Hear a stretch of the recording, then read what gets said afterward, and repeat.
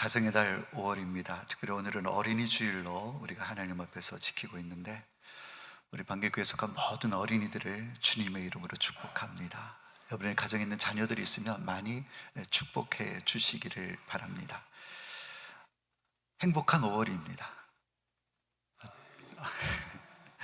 몇 분만 행복하신 것 같습니다. 여러분, 행복한 5월 가정의 달이라고 얘기를 하지만은 어떤 분들은 참 부담스러운 달이다 라고 말씀을 하시는 분들도 계십니다. 여러분, 왜 부담스럽습니까?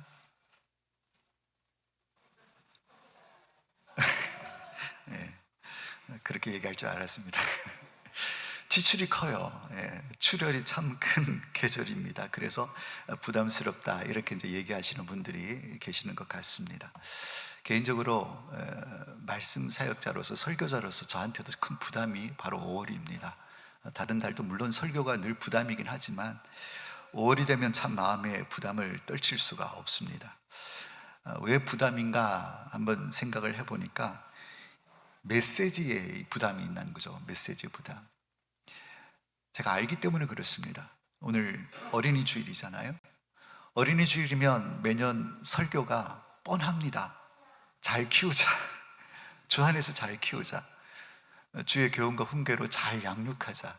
이게 어린이 주일날 많이 선포되어지는 내용의 주제들이긴 한데, 압니다. 뭘 압니까? 어렸을 때 우리 아이들을 그렇게 못 키운 걸 알거든요. 저희 가정도 마찬가지고, 자녀들을 어렸을 때 두었던 자녀들을 다 품었던 우리 성도님들도 마찬가지일 것입니다.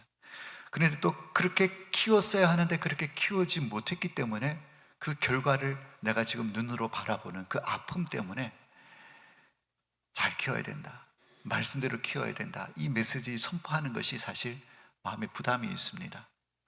왜냐하면 이미 내 손을 떠났고 이제 돌이킬 수 없는 상황이 되어버렸으니까 저런 메시지가 선포되어질 때 그것이 어떻게 도전으로 와닿기보다는 낙심이 되어지고 또 마음에 아픔으로 남고 그럴까봐 부담이 되는 것이죠. 다음 주는 또 어버이 주일입니다. 역시 부담스럽습니다.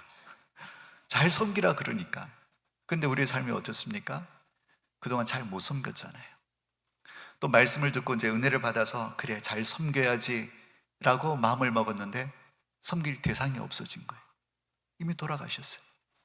그러니까 지난날 잘 섬기지 못했던 안타까움과 후회와 아픔을 남기 때문에, 또 그런 아픔을 또 알고 있기 때문에 그런 메시지를 전하는 것이 사실 부담이 아닐 수가 없다라는 것이죠. 사랑하는 여러분, 그래도 소망을 품으시기를 예수님의 이름으로 축복합니다. 설사 그렇게 못 키우고 있다고 하더라도, 또 못 키웠다고 하더라도, 이미 내 손을 떠나서 더 이상 내가 힘쓸 수 없는 그런 상황이라고 할지라도 소망을 품어야 하는 것입니다. 왜냐하면 우리 하나님은 고치지 못할 사람이 없으시고 능치 못할 일이 없으신 분이 우리 하나님이신 줄 믿기 때문인 줄로 믿습니다. 그래서 그 하나님께 회복의 은혜를 구하십시오. 기도하십시오. 기도하는 자에게 반드시 하나님께서 은혜를 베풀어 주실 줄로 믿습니다. 그리하게 되면 우리 가정이 천국을 누리는 가정이 될 줄로 믿습니다. 오늘은 어린이 주일입니다. 교회 안에 어린이가 있다는 것은 엄청난 축복인 줄로 믿습니다. 저는 우리 어르신들이 편찮으시고, 또 제가 우리 방개교회 부임해서 벌써 장례를 몇 건 집례를 했는데, 이렇게 성도님들 연로하신 어르신들이 임종하셨다, 또 장례를 치러야 된다, 이런 소식을 들으면 늘 이런 마음이 듭니다. 한 세대는 가고 또 한 세대는 와야 되는데, 가는 세대는 있는데 오는 세대가 점점 줄어드는 모습을 바라보게 될 때 마음이 참 힘들고 아픕니다. 가는 세대만큼 오는 세대가 많았으면 좋겠는데 점점 인구 소멸, 인구 절벽의 시대를 우리가 살고 있지 않습니까? 주일학교 아이들이 점점 줄어드는 이 세대 가운데 다음 세대가 줄어든다는 것, 이건 참 비참한 일이 아닐 수가 없는 것이죠. 여러분, 산에 보면 최근에 이제 산불 때문에 산이 많이 탔는데 아름드리 나무, 울창한 큰 나무들이 빽빽하게 들어서 있는 나무를 보면 마음이 좋습니다. 그 나무를 바라볼 때 마음이 기쁘죠. 근데 아무리 큰 나무가 정말 울창한 산림이 들어서 있다고 할지라도 그 숲 밑에 바닥에 작은 나무가 없다고 한다면 이미 그 숲은 죽어가고 있는 것입니다. 지금이야 아름드리 나무가 빽빽하게 들어서 있어서 왕성한 숲인 것 같아 보이지만, 그런 큰 나무만 있고 작은 나무가 하나도 없다고 한다면, 결국 그 큰 나무가 죽어가게 되면 작은 나무가 없는 그 숲은 결국은 죽어가는, 생명력을 잃어버리는 그런 숲이 될 수밖에 없다는 것이죠. 우리 교회도 마찬가지인 것입니다. 교회 안에 어린아이 소리가 들려진다는 것, 참 행복한 일입니다. 참 복된 일이라는 것이죠. 사실 우리 사무실에 우리 주일학교 아이들이 이제 같이 이제 들어와서 엄마와 함께 예배를 드리고 있는데 떠드는 소리가 들려요. 물론 이제 예배 방해도 될 때도 있습니다만은, 한편으로 그런 생각을 해봐요. 저렇게 떠드는 아이 소리가 들려질 수 있다는 것, 그러면 이게 복인 줄로 믿습니다. 왜냐하면 이 아이들이 우리 반객교회의 미래이기 때문에 그렇죠. 그리고 우리 반객교회에서 자라서 계속 출석하고 반객교회를 섬기면 좋겠지만, 또 이 아이들이 또 타지로 나가고 또 다른 교회를 또 섬기게 될 것인데, 어쨌든 이 아이들은 우리 한국교회의 미래이기 때문에 이 아이들이 있다는 것은 너무너무 복된 일인 줄로 믿습니다. 사실 우리 교회가 그렇게 입지적으로 좋은 위치에 있는 교회는 아닙니다. 도심에서 외곽에 동떨어져 있는 그런 교회이고, 제가 전에도 한번 말씀을 드렸습니다만, 처음 교회를 왔을 때 엄청나게 충격을 받고, 주변에 마을이 없는데 교회만 하나 떨렁 있는 이 모습을 보고 마음에 처음에는 마음이 좀 그랬었는데, 그래도 교회를 섬기면서 쭉 지내보면서 참 우리 교회가 복되다, 아름답다라는 생각을 많이 가집니다. 근데 우리 이 방계리만 보십시오. 주변에 뭐 인프라가 없어요. 제가 알고 있기로는 저 수목원에 무인다방 한 개 있고, 마을 외관에 국수집 있고, 저 중지리에 가면 뭐 낙지집 있고, 그거 외에 뭐 있습니까? 그 흔한 편의점도 없어요. 참 그런 인프라적인 모습만 본다고 한다면 소망 없는 교회, 반객교회, 뭐 그렇게 생각되어질 수도 있는데, 그런데 이 반객교회에 주일학교가 있습니다. 제가 처음 부임해 와서 제일 감사했던 게 이 시골 교회에 주일학교가 있다는 게 너무너무 감격이었고 감사였다는 것이죠. 2023년도 주일학교 통계를 보니까, 교회마다 교회 학교가 있느냐라는 통계 설문조사를 해보니까 약 57%가 교회 학교가 있다라고 답변을 했습니다. 43%가 교회 학교가 없는 거예요. 대한민국의 많은 교회 가운데 약 절반 가까이 되는 교회들이 다음 세대가 없다라는 통계 결과가 있습니다. 얼마나 심각한 통계입니까? 어떤 기사를 보니까 2030년이 되면 대한민국의 약 90%의 주일학교가 사라진다라는 기사를 본 적도 있습니다. 2030년, 앞으로 몇 년 남았습니까? 5년입니다. 5년. 5년 안에 대한민국 주일학교가 90%가 없어진다. 물론 이제 이 기사는 코로나 그때 당시 한참 때 그때 이제 조사를 했던 그런 기사였습니다. 그럼에도 불구하고 우리 주일학교는 유치부가 몇 명일까요? 무려 7명. 유초등부가 14명, 우리 중고등부가 5명, 이렇게 출석을 하고 있어요. 26명. 얼마나 귀한지 몰라요. 많은 숫자는 아닙니다. 많은 숫자는 아니지만 그래도 이 아이들이 있다는 게 참 소망이 있고 감사하게 여겨집니다. 사랑하는 여러분, 우리 주일학교 아이들을 위해서 많이 기도해 주시고 사랑과 관심을 가져주시기를 부탁을 드립니다. 그리고 우리 교사들을 위해서도 많이 기도해 주시길 바랍니다. 다음 세대를 책임지는 자들입니다. 잘 양육할 수 있도록, 주님의 마음으로 목양할 수 있도록 우리 교사들을 위해서도 많이 기도해 주시길 바랍니다. 어쨌든 오늘은 어린이 주일입니다. 오늘 준비한 메시지는 주의 말씀과 훈계로 잘 양육하자, 이렇게 키워야 된다, 오늘 그런 포인트는 아닙니다. 조금 말씀의 방향을 바꿨습니다.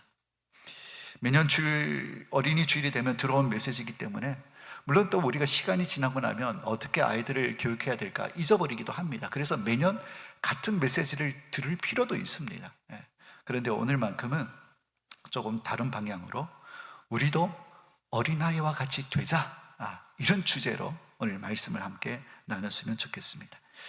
오늘 본문 3절 말씀에 이렇게 기록이 되어져 있는데, 우리 3절 말씀을 같이 한번 읽어보겠습니다. 3절입니다. 이르시되 진실로 너희에게 이르노니 너희가 돌이켜 어린아이들과 같이 되지 아니하면 결단코 천국에 들어가지 못하리라.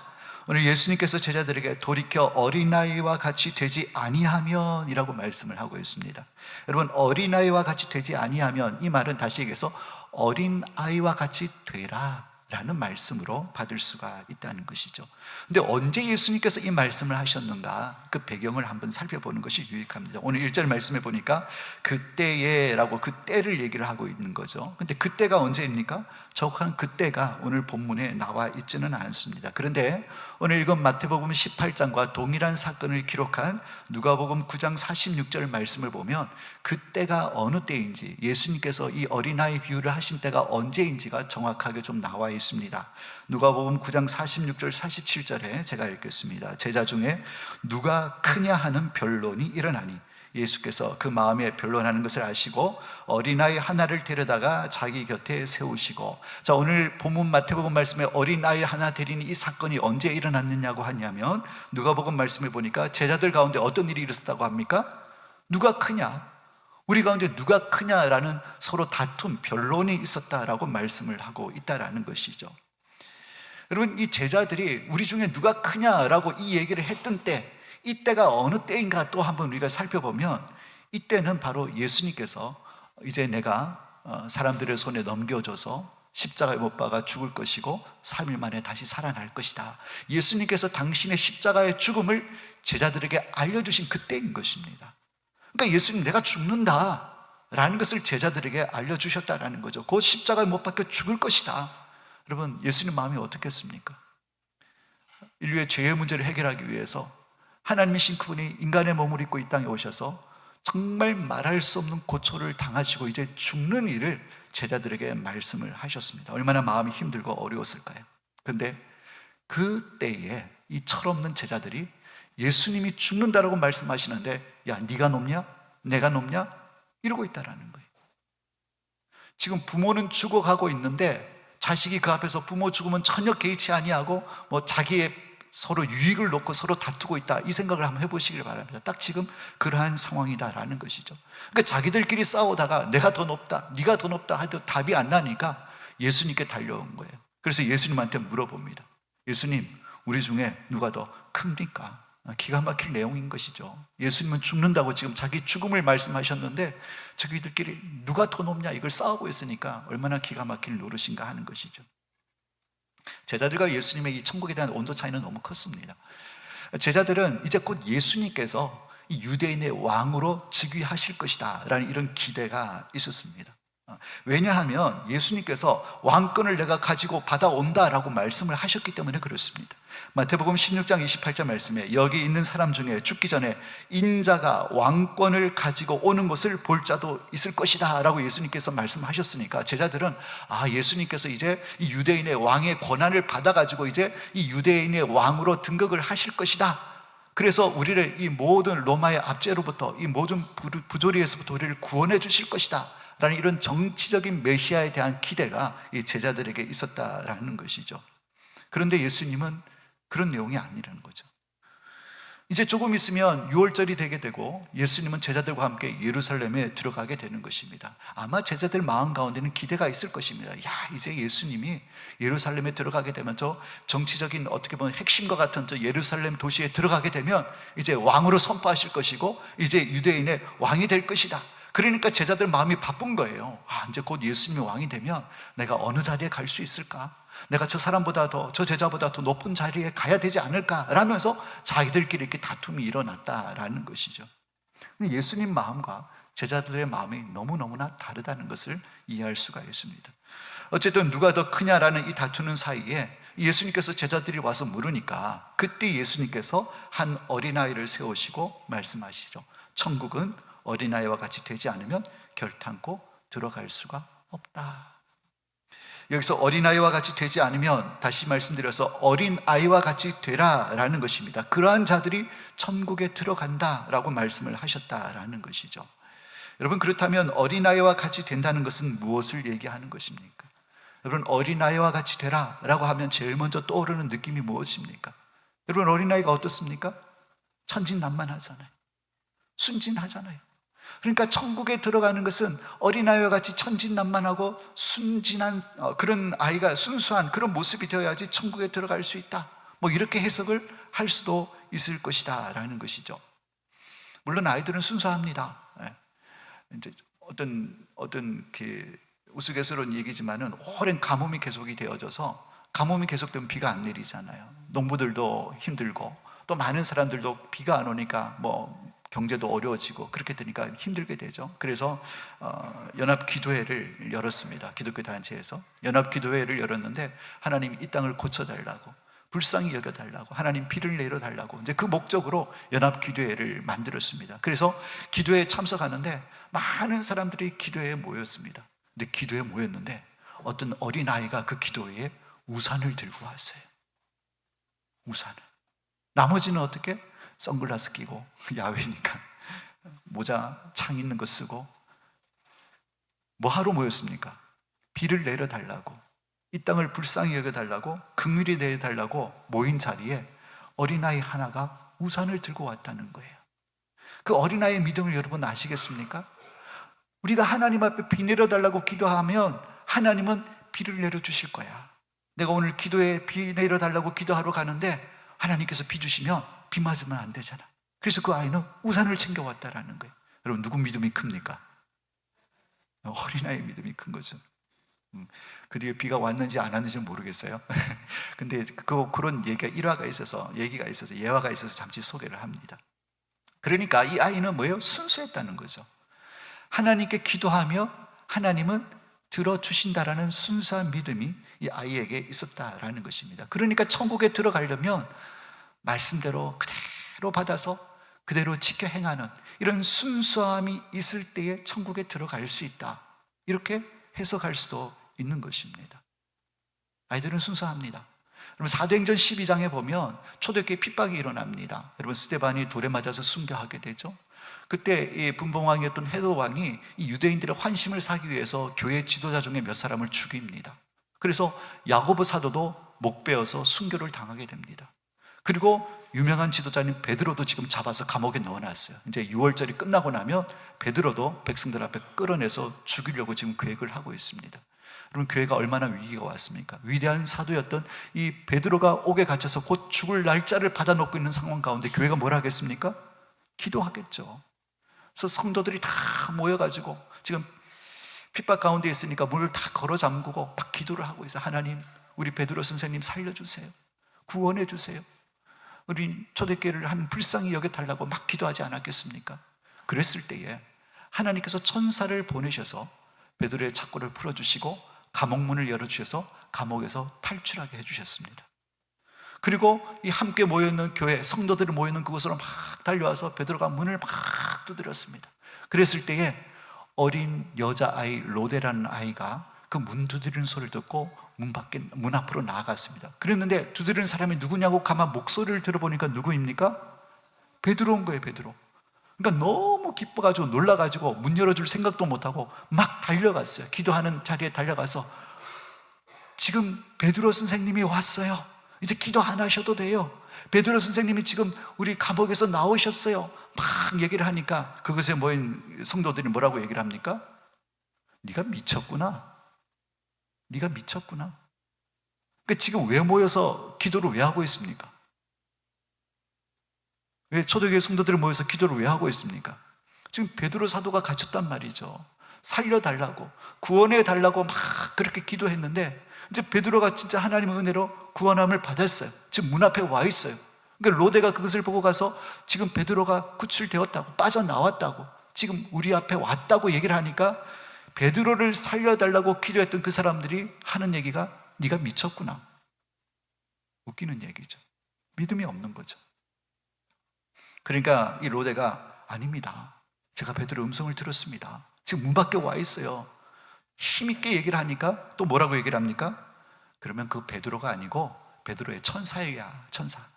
그렇게 얘기를 하는 것입니다. 여러분, 베드로가 왜 풀려나게 됐습니까? 초대교회 성도들이 함께 모여서 베드로의 구원을 위해서 뜨겁게 기도했기 때문에. 그래서 베드로가 풀려났습니까? 아닌 것 같아요. 누구 때문에 풀려났을까요? 로데의 기도 때문에 저는 풀려났다고 생각이 되어집니다. 믿음이 있잖아요. 여러분, 이 성경에는 이 로데라는 아이라고 분명히 얘기를 하고 있습니다. 내가 베드로 사도를 위해서 기도했더니 정말 베드로 사도가 감옥에서 빠져나왔구나.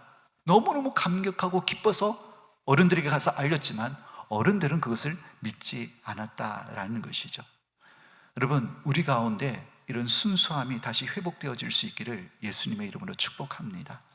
여러분, 언제 순수하셨습니까? 처음 예수를 믿게 되었을 때, 처음에 구원의 감격이 있었을 때는 정말 그대는 순전하게 신앙생활을 했었습니다. 어떤 일이 일어나고 좋은 일이 생기면 정말 하나님께서 나에게 은혜를 베풀어 주신 것이라고, 또 이렇게 기도하면 하나님께서 들어주실 것이라는 믿음을 가지고 순수하게 말씀대로 살려고 애쓰고 힘쓰지 않았습니까? 또 그렇게 살았더니 하나님께서 응답도 보여주시고 역사하시는 경험들을 많이 하지 않았습니까?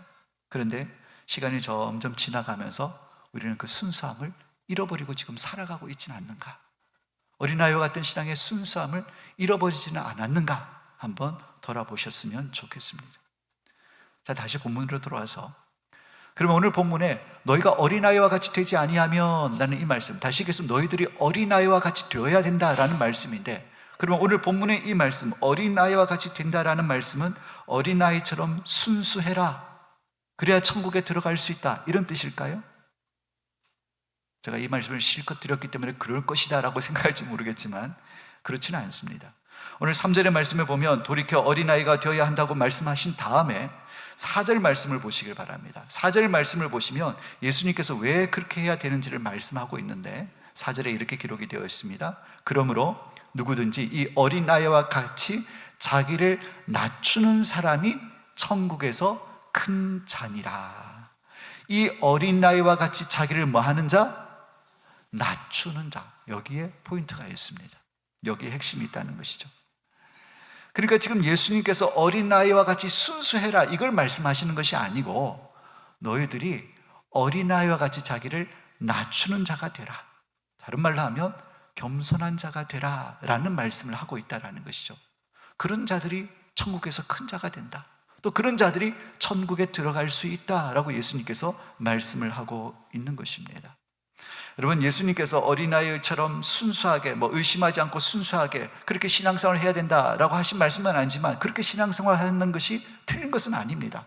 그렇게 신앙생활을 우리가 해야 하는 것입니다.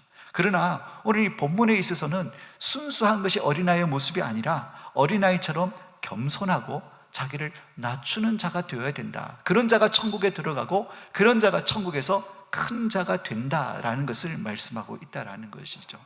근데 사랑하는 여러분, 어린아이가 겸손합니까? 아이들 다 키워보셨잖아요. 절대 안 겸손합니다. 철저하게 자기중심적이고 이기적인 것이 어린아이의 모습이라는 것이죠. 그런데 어린아이와 같이 겸손해라? 아니, 전혀 겸손하지 않는데 왜 겸손하는 것을 어린아이에다가 비유를 하고 있지? 어린아이는 전혀 겸손하지 않는데 자기중심적이고 이기적이고 자기 마음대로 안 되면 울고 떼쓰고, 이게 어린아이인데, 근데 왜 예수님께서 어린아이에 대해서 겸손을 말씀하셨는가? 먼저 우리는 성경에서 얘기하는 겸손이 무언가를 알아야 하는 것입니다.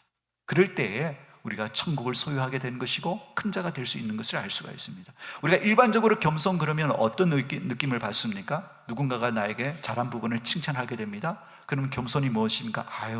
아닙니다. 겸손인 것이죠. 아이고 별거 아니에요. 이렇게 얘기하는 것을 우리가 겸손이라고 얘기를 하는데, 성경의 겸손은 조금 다르게 해석을 하고 있습니다. 성경의 겸손은 하나님과의 관계로 해석을 합니다. 단순히 잘했는데 아이고 제가 잘나서 그런 게 아니고 저 부족하지만 이런 걸 우리가 미덕으로 겸손으로 생각하지만, 성경이 얘기하는 겸손은 바로 하나님과의 관계. 그 겸손이 무엇이냐면, 한번 따라하겠습니다. 나는 주님 없이는 아무것도 아닙니다. 나는 주님이 없이는 아무것도 할 수 없습니다. 이것이 바로 성경이 말하는 겸손인 줄로 믿습니다. 이게 겸손인 거예요. 여러분, 그럼 교만이 뭘까요? 나는 주님이 없어도 할 수 있습니다. 이게 교만인 것이죠. 하나님 없이 나 스스로 할 수 있고, 하나님 없이도, 하나님 도움 없이도 나 스스로 잘 할 수 있다, 잘 살 수 있다. 이것이 바로 교만의 핵심인 것입니다. 그러나 겸손은 절대적으로 하나님이 필요합니다. 하나님을 철저하게 의지하는 것이 겸손이다. 아까도 말씀드린 것처럼 어린아이는 겸손하지 않습니다. 이기적이고 자기중심적입니다. 그런데 왜 예수님은 이 어린아이에 대해서 겸손을 얘기할까요? 그 이유는 이것 때문에 그렇습니다. 어린아이는 철저하게 부모를 의지하기 때문에 그렇습니다. 여러분, 어린아이들은 단 한순간도 부모 없이는 못 사는 존재입니다. 엄마 아빠 옆에 딱 붙어 있으려고 합니다. 남이 우리 어린아이가 이제 주호가 있으니까, 주호가 저도 이제 주호를 이렇게 좀 안아보고 좀 이렇게 하고 싶은데 얘가 좀 잘 안아요. 엄마한테 딱 붙어 있고 아빠한테 붙어 있고 저한테 안아요. 팔을 벌려도 온갖 어른인 제가 애교를 부려도 안 와요. 엄마가 제일인 거예요. 아빠가 제일인 거예요. 절대 떨어지지 않습니다. 떨어지면 큰일 날 것을 본능적으로 알고 있는 것입니다. 놀면서도 부모가 옆에 있는 것을 수시로 확인합니다. 여러분, 아이들 키워보면 그러지 않습니까? 잘 놀고 있다가도 한 번씩 휙 돌아봐요. 엄마가 거기 있는지. 그리고 눈에 안 보인다 그러면 울죠. 엄마를 찾는 거예요. 그런데 이제 나는 거실에서 놀고 있는데, 아기가 놀고 있는데 주방에서 엄마 목소리가 들리고 전화 통화하는 소리가 들리고 뭐 요리하는 소리가 들리면 직감적으로 엄마가 저기 있구나 라는 것으로 안도감을 얻게 됩니다. 그러면서 또 자기 노는 것을 놀게 된다는 것이죠. 그러니까 하루에 수십 번도 엄마를 또 찾습니다. 이게 누구의 모습입니까? 어린아이의 모습이다라는 것이죠. 그러니까 어린아이와 같다, 겸손한 어린아이와 같다라는 얘기는 뭐냐면 철저하게 하나님을 의지한다는 얘기인 것입니다. 마치 부모와 잠시라도 떨어지면 큰일이 날 것처럼, 여러분, 어린아이와 같이 겸손한 자가 된다, 낮은 자가 된다는 얘기는 무엇이냐면, 잠시라도 우리가 하나님과 떨어지면 큰일 날 것 같은, 정말 큰일이 내 삶 가운데 일어날 것 같은 이런 마음으로 하나님을 의지하는 자, 이게 바로 어린아이와 같은 신앙, 겸손한 신앙이다라는 것이죠. 여러분, 어린아이는 부모가 어디로 가는지는 중요하지 않습니다. 불구덩이에 가든 물 가운데로 가든 부모가 가는 곳이라면 그냥 따라가는 것입니다. 상황과 형편이 중요한 것이 아니라 거기에 부모가 있느냐 없느냐가 중요한 것입니다. 사랑하는 여러분, 어린아이와 같은 신앙, 겸손한 신앙, 어떤 신앙입니까? 하나님께서 우리를 어디로 인도하시는가가 중요한 것이 아닙니다. 그래서 내 삶 가운데에 고난이 올 수도 있습니다. 시험과 환난이 올 수도 있습니다. 그런 것은 중요하지 않습니다. 중요한 것은 누가 함께 하시는가? 하나님이 함께 하시는가? 그게 중요하다는 것이죠. 그게 어린아이와 같은 신앙이라는 것입니다. 어린아이는 틈만 나면 엄마를 찾아서 엄마, 아빠 맨날 찾아요. 어린아이와 같은 신앙, 어린아이와 같이 겸손하고 낮아진다는 것이 무엇입니까? 항상 하나님을 찾아야 된다는 것입니다. 항상 하나님을 찾고 부르짖고 기도하는 것이 바로 이 어린아이의 신앙인 것을 우리에게 도전하고 있다는 것이죠. 주님 없이는 안 됩니다. 주님 없으면 저는 아무것도 아닙니다. 아무것도 할 수 없습니다. 주님 저를 도와주셔야 합니다. 이것이 바로 어린아이와 같은 신앙이고 겸손한 자이고 낮아진 자인 것입니다. 이런 자들에게 천국이 임하는 것이고 천국에서 큰 자가 된다라고 예수님께서 말씀하고 있다라는 것이죠. 가정의 달 5월을 맞아서 지금 어린이 주일을 우리가 지키고 있는데, 여러분, 어린이 주일만 생각하면 마음에 큰 돌을 하나 올려놓은 듯한 그런 답답함이 있는 분들이 우리 가운데 계실 줄로 압니다. 왜냐하면 우리 자녀들을 생각하면 부담감이거든요. 근데 여러분, 한번 잘 생각해 보시길 바랍니다. 그 큰 돌의 무게, 그 부담감이 혹시 내가 우리 하나님을 어린아이와 같이 섬기지 않았기 때문에 결과는 아닌가 한번 돌아보시라는 거죠. 내가 어린아이와 같이 하나님 없으면 안 된다고, 하나님 떠나서는 아무것도 할 수 없다고, 이런 마음을 가지고 그동안 하나님 앞에 살지 않았기 때문에 지금 이 5월 어린이 주일날 내 마음에 큰 돌을 하나 올려놓은 듯한 그런 답답함이 있지 않는가 한번 돌아보시라는 것이죠. 아이를 양육하면서 나름대로는 잘 키우고 싶었습니다. 그래서 내놓으라 하는 아이들로 좋다는 거 다 시켜주고 남들이 한다는 거 다 시켜줘서 뒤처지지 않도록, 뛰어나도록 세상에서 뛰어난 아이로 키우기 위해서 백방의 노력을 다하고 최선을 다해서 자녀들을 양육을 합니다. 세상에 좋은 교육 방법들 다 써보고 또 좋은 거 다 헤매기고 나름대로 열심히 다해서 키웠는데, 물론 그 결과로 좋은 학교 진학합니다. 또 좋은 학교 갔으니까 또 좋은 직장에 들어갈 수도 있습니다. 그런데 하나님을 떠났습니다. 그게 무슨 의미가 있습니까? 물론 세상적으로는 엄청난 의미죠. 성공했죠. 좋은 대학교 가고 좋은 직장 갔으니까. 그럼 우린 신앙인이잖아요. 아무리 좋은 대학을 가고 아무리 좋은 직장을 가도 하나님을 떠났다면 그게 무슨 소용이 있습니까? 그래서 우리의 가슴에 큰 돌이 하나 올려져 있는 것입니다. 여러분, 우리는 예수를 믿기 때문에 심판도 압니다. 그리고 형벌도 압니다. 아는 정도가 아니라 믿고 있습니다. 그런데 우리 자녀들이 하나님을 떠나 있습니다. 내 손을 떠나 있고 내 말의 영향력도 이제 사라졌습니다. 어찌할 수 없는 상황이 되어버렸다라는 것이죠. 그래서 답답함이 우리 가운데 있다라는 것입니다. 그러나 사랑하는 여러분, 소망이 있습니다. 왜 소망이 있습니까? 오늘 말씀 때문에 소망이 있는 거예요. 말씀 때문에. 어린 아이와 같이 되시기를 예수님의 이름으로 축복합니다. 왜냐하면 우리 주님께서 천국이 그런 자들의 것이라고 말씀하셨기 때문에 그렇습니다. 여러분, 천국을 죽어서 가는 세상으로만 이해하지 마십시오. 천국은 이 땅에서도 누릴 수가 있는 것입니다. 하나님의 통치가 선포되어지는 곳, 하나님의 통치가 인정되어지는 곳, 그곳이 바로 천국인 줄로 믿습니다. 여러분, 우리 가정이 천국이 될 수 있는 비결은 내가 어린아이와 같은 신앙을 가지고 살아가게 될 때에 우리 가정이 천국이 되는 줄로 믿습니다. 천국에는 회복의 역사가 있습니다. 천국에는 하나님의 놀라운 기쁨과 축복이 넘쳐나는 곳이 바로 천국인 줄로 믿습니다. 내가 힘들고 답답하고 고민하고 슬퍼했던 그 문제들이 천국이 되는 순간, 우리 주님께서 다스리는 곳이 되는 순간 우리 가정에 놀라운 기쁨의 회복의 역사로 나타나게 될 줄로 믿습니다. 근데 오늘 예수님께서 뭐라고 약속하고 계시냐면 어린아이와 같이 되게 될 때에 천국에 들어갈 수 있다고, 어린아이와 같은 신앙을 가지고 살아가게 될 때에 천국을 누리게 된다고 오늘 예수님은 분명히 약속을 하고 계신다라는 것입니다. 그것입니다. 그래서 우리가 할 수 있는 태도는 어린아이와 같은 신앙을 가지면 되는 것입니다.